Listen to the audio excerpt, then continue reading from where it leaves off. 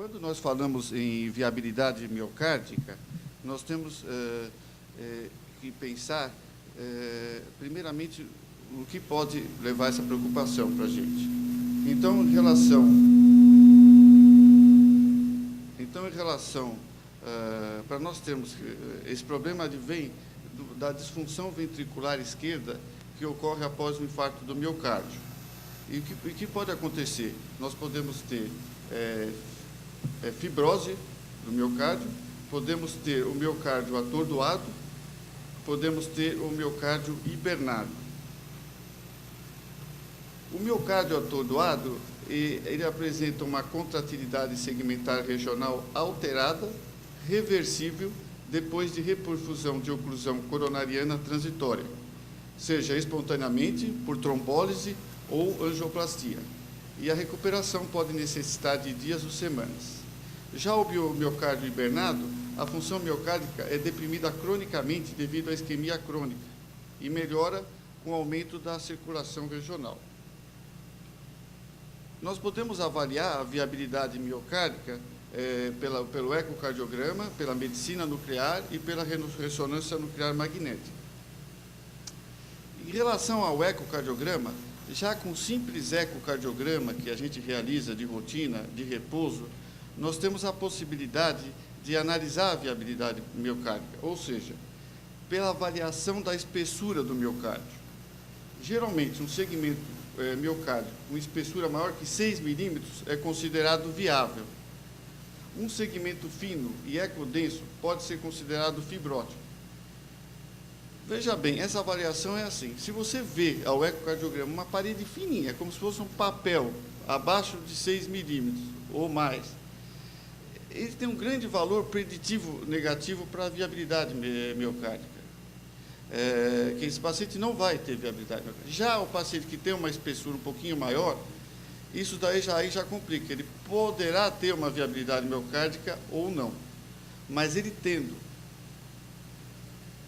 esse aspecto em que vocês veem que a parede posterior parece uma linha fininha, com certeza absoluta, esse paciente não vai ter viabilidade miocárdica. Então, é um simples método do dia a dia que a gente pode já inferir, até mesmo como para poder mandar para os outros procedimentos diagnósticos. E o nosso protocolo de viabilidade miocárdica é muito simples. Ele consiste na utilização de dobutamina, inicialmente 5 microgramas por quilo por minuto, depois 7,5 miligramas por quilo por minuto, 10 miligramas por quilo por minuto. Essas são chamadas doses baixas de dobutamina. A partir dessas doses mais altas, então, você já está provocando um processo de isquemia. Então, nas doses baixas, muitos laboratórios trabalham com 5 e 10 microgramas e não fazem a fase de 7,5 microgramas por minuto. E, em relação aos segmentos viáveis, nós temos que, durante a realização do teste, a função em repouso reduzida melhora em resposta às doses baixas de dobutamina. Agora, quando o paciente está beta-bloqueado, às vezes você precisa usar uma dose um pouquinho maior, até 20 microgramas por quilo por minuto. E o que é considerada a resposta bifásica? É que você tem a melhora com dose baixa e quando a gente progride na realização do nosso exame, aí o paciente piora de novo. Então, a chamada resposta bifásica. Então, essa resposta bifásica é que para nós tem um forte valor preditivo para um paciente que vai ter uma recuperação muscular. E a melhora da resposta com dobutamina ocorre com doses baixas e a piora ocorre com doses maiores, entre 30 e 40 microgramas. Às vezes tem que ser associado à atropina. Já o paciente que só melhora, não tem a resposta bifásica, para nós esse paciente tem uma menor chance de recuperação. Então, aqui um exemplo esquemático, que nós temos aqui um paciente que tem aqui a representação de uma fibrose. Esse paciente em repouso, ele não tem movimentação e com dose baixa e dose alta também não tem alteração nenhuma.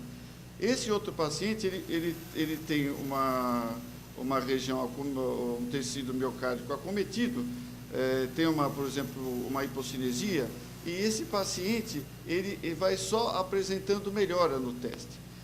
E esse outro, já que tem a lesão, uma lesão mais crítica, esse paciente ele tem uma melhora, e quando progride o teste, ele vai piorando com doses mais altas. Essa, então, é a chamada resposta bifásica do nosso teste. Aqui um exemplo, de novo, mostrando aqui um paciente que tem viabilidade. Esse paciente aqui, na verdade, assim, era um paciente que só foi melhorando, esse outro aqui. Então, ele tem uma melhora mantida, melhora contrato na dose básica que persiste na maior dose de medicamento, significando miocárdio viável e não isquêmico, porque a lesão não foi suficientemente, não é suficiente para ocasionar uma isquemia. Já o outro paciente aqui de baixo, ele tem uma lesão mais crítica, e aí o que acontece? Ele melhora e depois piora. Essa é a classe resposta bifásica. Então, melhora contrato na dose baixa e piora em dose máxima, refletindo viabilidade e isquemia. E a piora esse último aqui é um paciente que não dá para ver direito, ele tinha uma contração pequena, é uma lesão extremamente grave, aí nesse caso ele só piora.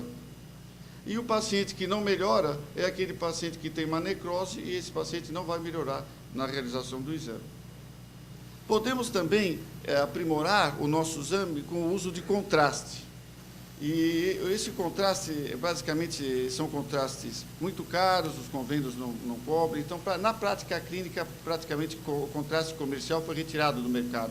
Existe um que é o PESDA, que é feito em farmácias de hospital, etc., tem algumas contraindicações até para o uso desse contraste. Mas esses contrastes, as microbolhas do agente de contraste, opacificam o miocárdio, indicando a integridade da circulação microvascular. Então, nós vamos ver, não a mobilidade, como a gente via antes com a dobutamina, mas a integridade da circulação microvascular. E a presença da integridade não necessariamente indica a presença de miocárdio suficiente para restabelecer a contratilidade miocárdio. É um exame que tem que ser realizado em conjunto com a análise da mobilidade, porque o simples fato de ter uma integridade microvascular não vai garantir que seja viável. Então, aqui um exemplo, esse paciente ele tinha uma perfusão nessa parede, que depois da cirurgia mostrou uma melhora da contratilidade.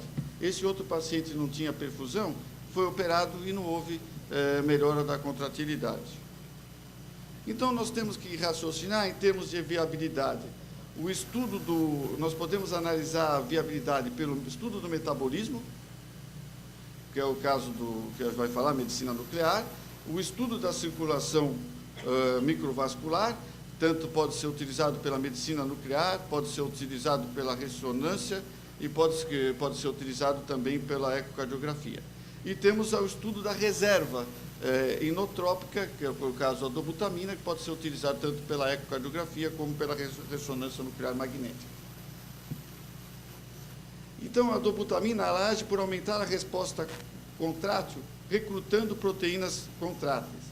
É um antagonista sintético beta-1 com estimulação adicional alfa-1 e beta-2. Existe um aumento concomitante do fluxo sanguíneo miocárdico e, por outro lado, a estimulação prolongada leva à isquemia.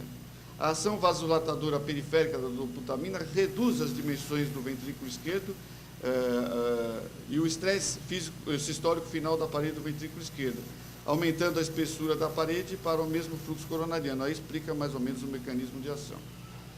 Agora, a sensibilidade do exame pode ser alterada por redução severa do fluxo sanguíneo e da reserva coronariana, por interrupção prematura da infusão de dobutamina. Às vezes você só quer usar com baixa dose e não quer progredir para as doses mais altas, aí você perde a resposta bifásica.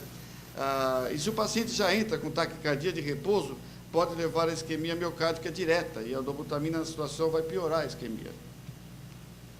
Existem aspectos da especificidade. O efeito tethering é que a contratilidade das regiões boas encobrem uma região alterada, ou quando a cinesia resultante de infarto subendocárdico, porque quando você tem um infarto subendocárdico, as alterações da média e epicárdica não vão transparecer no aumento de mobilidade.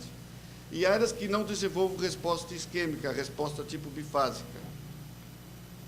Isso aqui é muito importante, porque quando nós temos um infarto que não é transmural, por exemplo, ele é subendocárdico, nós temos tecido bom protegendo. Então, esse paciente, depois de 6 meses, ele não vai sofrer expansão da região. Já um paciente que tem um infarto transmural, ao longo do tempo, por exemplo, 6 meses depois, ele sofre um processo de expansão da área infartada.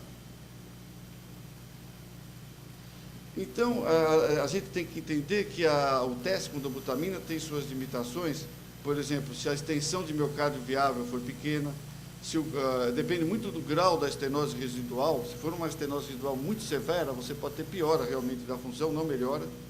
A extensão e magnitude de colaterais, o tamanho da área de risco e a medicação utilizada pelo paciente, que pode diminuir a resposta do teste.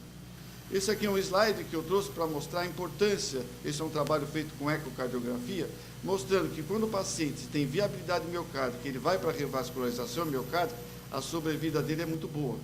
Já quando o paciente tem viabilidade miocárdica e ele vai para tratamento medicamentoso, a sobrevida dele é ruim.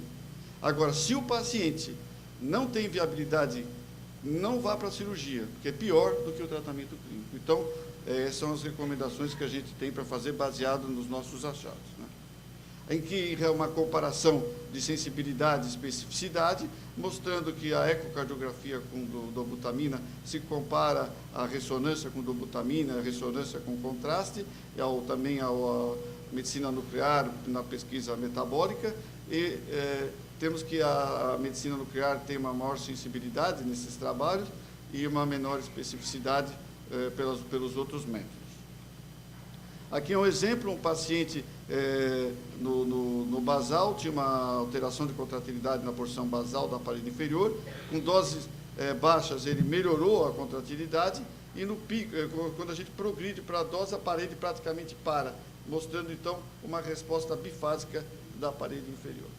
Então, gente, era isso que eu trouxe para mostrar, para a gente poder ter uma noção da nossa metodologia. Obrigado.